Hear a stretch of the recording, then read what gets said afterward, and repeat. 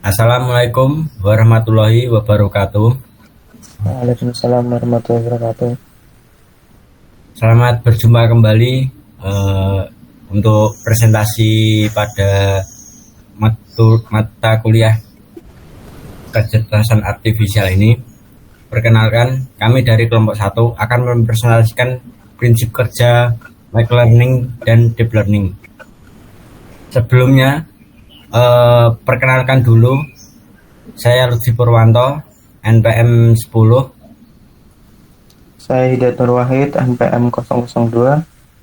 Saya Atta Ananda, NPM 006. Dan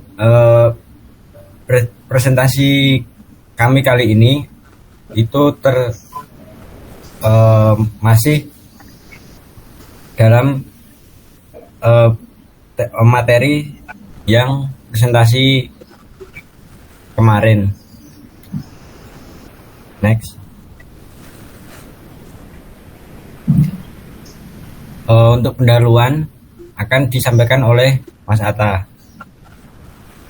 Baik, pendahuluan. Di sini machine learning adalah sebuah cabang dari kecerdasan buatan AI yang memungkinkan komputer belajar dari data tanpa pemrograman eksplisit. Terus yang kedua adalah deep learning, yaitu subjek dari main learning yang menggunakan jaringan saraf tiruan artificial neural network dengan banyak lapisan.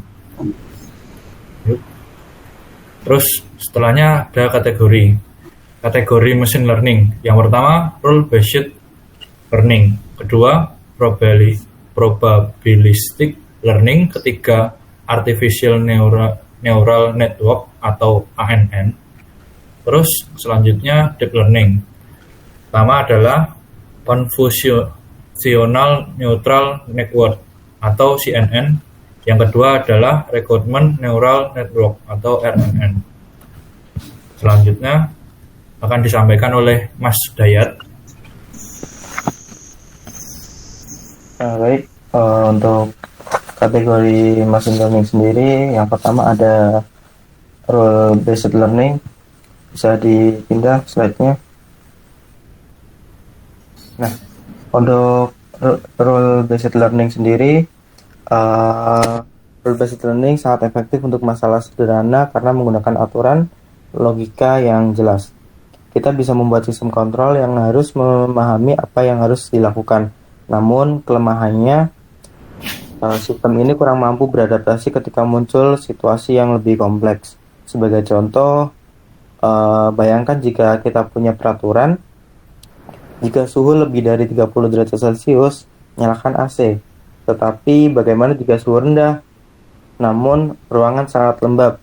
Rule-based learning tidak bisa menyesuaikan kondisi ini dengan baik. Yang berikutnya ada probabilistic learning. Nah, probabilistic learning kemungkinan kita memodelkan ketidakpastian. Jadi kita tidak yakin apakah sebuah email itu spam atau bukan. Kita tidak dapat memperkirakan kemungkinan berdasarkan kata atau frasa yang sering muncul. Namun, asumsi bahwa setiap fitur dalam data itu independen dan bisa menjadi kelemahan. Karena fitur tersebut mungkin saling mempengaruhi. Contohnya, misal algoritma naive Bayes. Jika sebuah email memiliki kata-kata seperti promo, gratis, atau diskon besar, probabilitasnya lebih tinggi untuk dianggap spam. Tetapi algoritma ini mengasumsikan bahwa kata-kata tersebut independen satu sama lain, yang kadang bisa tidak akurat. Untuk selanjutnya ada artificial neural network atau ANN. Nah, artificial neural network itu meniru cara kerja otak manusia yang saling terhubung melalui neuron. Nah, ketika kita memasukkan input seperti gambar, teks, atau jaringan atau hal apapun, jaringan ini mengolah informasi dalam lapisan-lapisan neuron dan menghasilkan output. Namun, untuk mengurangi biar dia itu berfungsi optimal, ANN membutuhkan banyak data dan rentan terhadap overthinking. Nah, untuk visualisasinya Bayangkan sebuah jaringan yang bekerja seperti sistem komunikasi, di mana setiap kode atau simpul terhubung dengan simpul lain melalui bobot tertentu. Informasi dikirimkan melalui lapisan-lapisan tersebut hingga akhirnya memberikan hasil. Karena alasan ini, ANN sering digunakan untuk data yang lebih kompleks. Nah, selanjutnya deep learning bisa dijelaskan oleh teman saya, Atta. Baik, karena tadi saya sudah menjelaskan, mungkin saya lempar ke Mas Lutfi ya. Selanjutnya boleh dilanjutkan Mas Lutfi. Ya. Selanjutnya yaitu untuk penjelasan deep learning, bisa dipindah.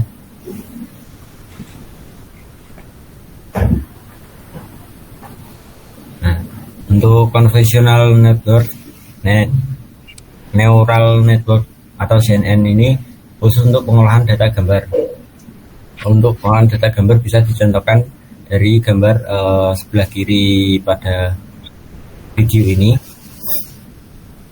Terdiri dari struktur convolutional layer, polling layer, dan fully connector layer. Untuk kelebihan CNN ini sendiri lebih efektif dalam pengenalan objek dan klasifikasi gambar, dan juga convolutional neural network ini juga mempunyai kekurangan, yaitu membutuhkan banyak data dan komputasi yang lebih tinggi.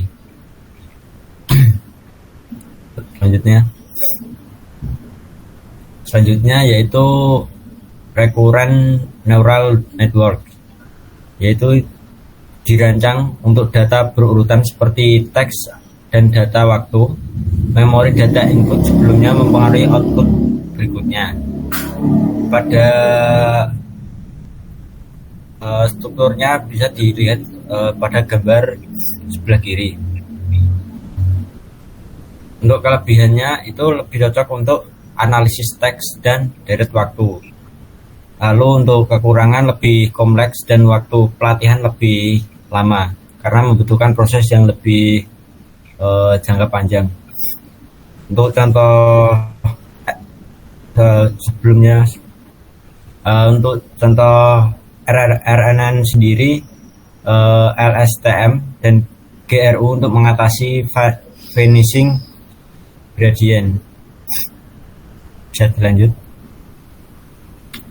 Selanjutnya yaitu perbedaan mendasar.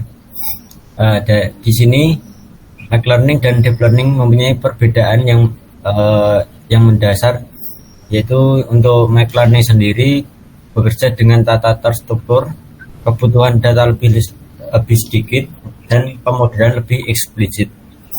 Untuk deep learning, dia bekerja lebih dengan data yang lebih besar dan lebih membutuhkan data yang lebih kompleks, dan juga memerlukan banyak data dan memodelkan filter secara otomatis. Next. Baik, untuk kesimpulan dari machine learning dan deep learning, yang pertama adalah machine learning cocok untuk data yang terstruktur dan sederhana.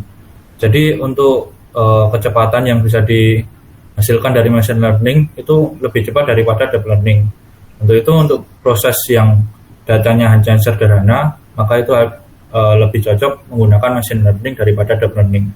Sedangkan untuk deep learning sendiri lebih unggul dalam data yang kompleks dan besar. Contohnya seperti tadi, untuk pengambilan dari gambar itu dapat diproses menggunakan deep learning untuk pemrosesan mungkin buat efek atau dan lain-lain. Terus pemilihan metode tergantung jenis data dan masalah yang dihadapi. Selanjutnya, machine learning dan deep learning itu memiliki peran penting dalam otomatisasi dan analisis data.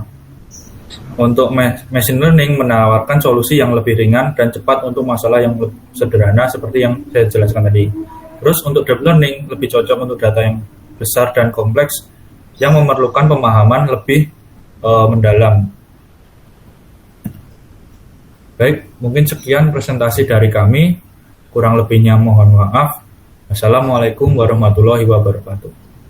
Waalaikumsalam.